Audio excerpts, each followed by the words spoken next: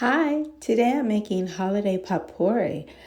I know that the holidays are right around the corner and we are looking for ways to make our houses smell festive and to create that atmosphere that is so welcoming at this time of year. So, this holiday potpourri consists of cranberries, fresh cranberries, cinnamon sticks, so whole cinnamon sticks, oranges, and rosemary.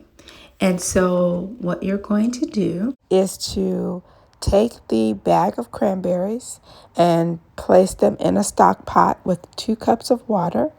I'm also adding the orange peels. You can slice the oranges if you like. That's one way to do them. And you can also add more rosemary.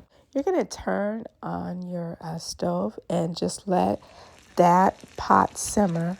Okay. And after a while, your house will become very fragrant. Welcoming smells will drift from your kitchen, inviting your family and friends and guests in for a wonderful holiday season.